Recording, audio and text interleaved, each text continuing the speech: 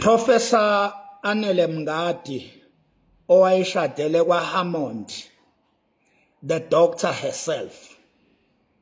Ngifuna ukuthi mina kuwe sisi, as I've said before, we are with you. Kodwa lalela ke. Uma ngabe sithi hlangana Zulu, sibheka lento sisi.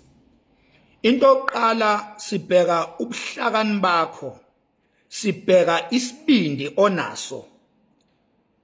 SiwuZulu usikhumbuza uMkabayi kaJama, elinye lamaqhawekazi akwaZulu. Athatha istand ama wathi not in my name, ewumuntu wesifazane. Wathi I will fight for ubukhosi bomuntu omnyama ukuvikela isithunzi sesizwe sikaZulu. Indaba yakho sisi is not about uZulu, but it's more about umuntu omnyama, a South African indigenous people. Now, mangibuka ubuhlakani bakho sisi nesibindi sakho. Ngithi mina beyingenzeke yini plan yokuthi ucorroborate nenkosi uRoyal Chancellor wesizwe sakwaZulu, inkosi uMelusi Zondi, nisebenze ngokubambisana, nisebenzele umbuso kaZulu ngaphansi kwesilo ungangezwe lakhe. Ngoba kwaZulu sine challenge esinayo njengamanje. Abantu babhidlizelwa izindlu kuthiwa bakhe emhlabeni kahulumeni. Now siyasibuza siyisizwe ukuthi uhulumeni yena wayekade uthathephi lo mhlaba. Now uzokhumbula ke ukuthi ngokwe history kuvela ukuthi uhulumeni wayenomkhuba wokugudluza abantu ngendluzula emhlabeni wabo wobabomkhulu, bese uhulumeni ayobaqoqela eindaweni ezincane, eindaweni ezimbi ezibizwa ngamalokishi. Imhlaba yobabomkhulu eyayicebile, imhlaba eyayinonile, eyayikhuluphele ababekwazi ukutshala kuyo. Uhulumeni wayebamuva kuleyo mhlaba leyo, bese ithathwa abamhlophe bakhe lokhu okuthiwa amaplazi namhlanje, njengoba bezigqaja njengokuba ama-farmers. Imhlaba yobabomkhulu abayidla. Eminye leyo mhlaba bagcina bengayisebenzisanga abelungu, kodwa bagweve nayo, bavimbile, seyibizwa ngokuthi imhlaba kahulumeni. Uma ngabe umuntu omnyama ethi uyasondela kulowo mhlaba, bayibhidliza imizi yabo bayiqede nya, uthi umhlaba kahulumeni. Wawuthathaphi uhulumeni umhlaba na? Abantu ke ekumele sibathembe njengesizwe, abantu abanjengawe dadewethu, abantu abanjengenkosi uMelusi Zondi. Ngibuka le kombo le, ngibuka le team, the strongest team esiphila nayo kulesizukulwane esiphila kuso in this our generation. Ngibuka le team le yenkosi uMelusi Zondi and the rest. Esebenzela noma esebenza embusweni kangangezwe lakhe isilo His Majesty, isilo ungangezwe lakhe uhlanga lomhlabathi uMisizulu kaZwelithini okabhejane ephuma esiqiwini. Ngibuka lamandla le wisdom, ngithi mina no siswethu, wena we asset esizweni sabantu abamnyama, embusweni wabantu abamnyama, in particular kwaZulu, we asset. Ngiyafisa ke ukuthi engathi bengingaba nendlela yokuthi nihlanganyele nenkosi uRoyal Chancellor, uchancellor wesizwe sikaZulu, uRoyal Chancellor uMelusi Zondi, nihlanganyele nibambisane ngoba ngibuka lesi sibindi, ngibuka le wisdom.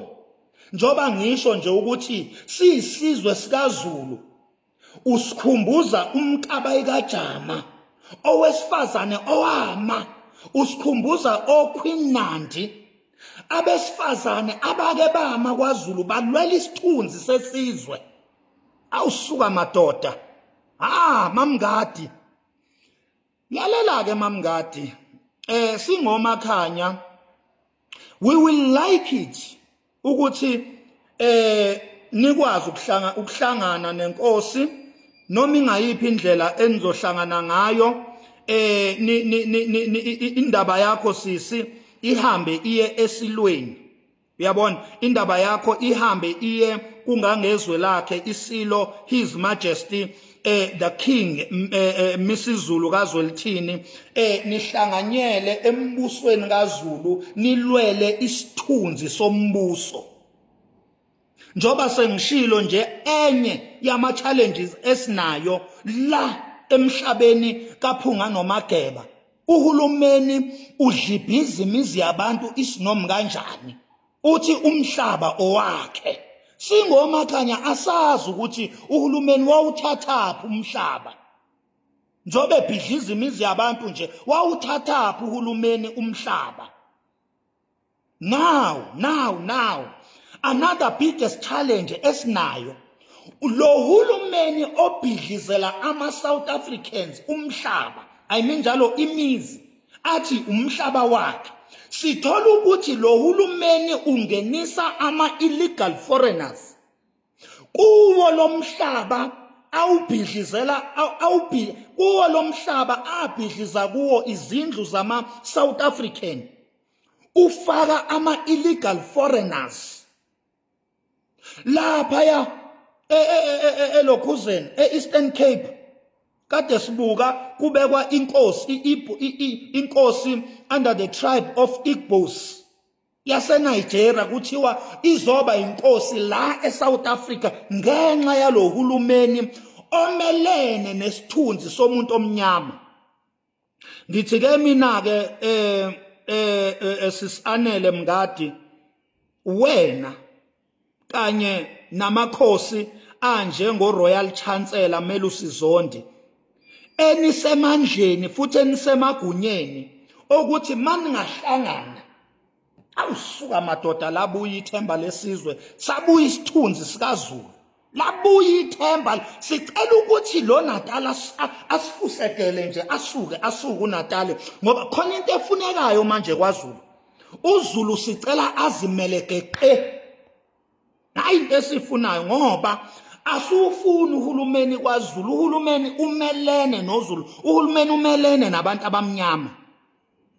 Sifuna ukuyimela siwuZulu, sifuna ukuyimela, sifuna ukuba nobukhosi, sifuna ukuba nobukhosi bethu emhlabeni wamakhosi, kubuse amakhosi emhlabeni kaZulu. Wonke umnotho kaZulu sifuna uphelele kwaZulu, kube wakwaZulu, kubenefite umuntu omnyama in particular wakwaZulu, then the other abantu abamnyama ama-South African. That is what we want njengesizwe, and lokho sifuna kwenzeke kule generation yethu.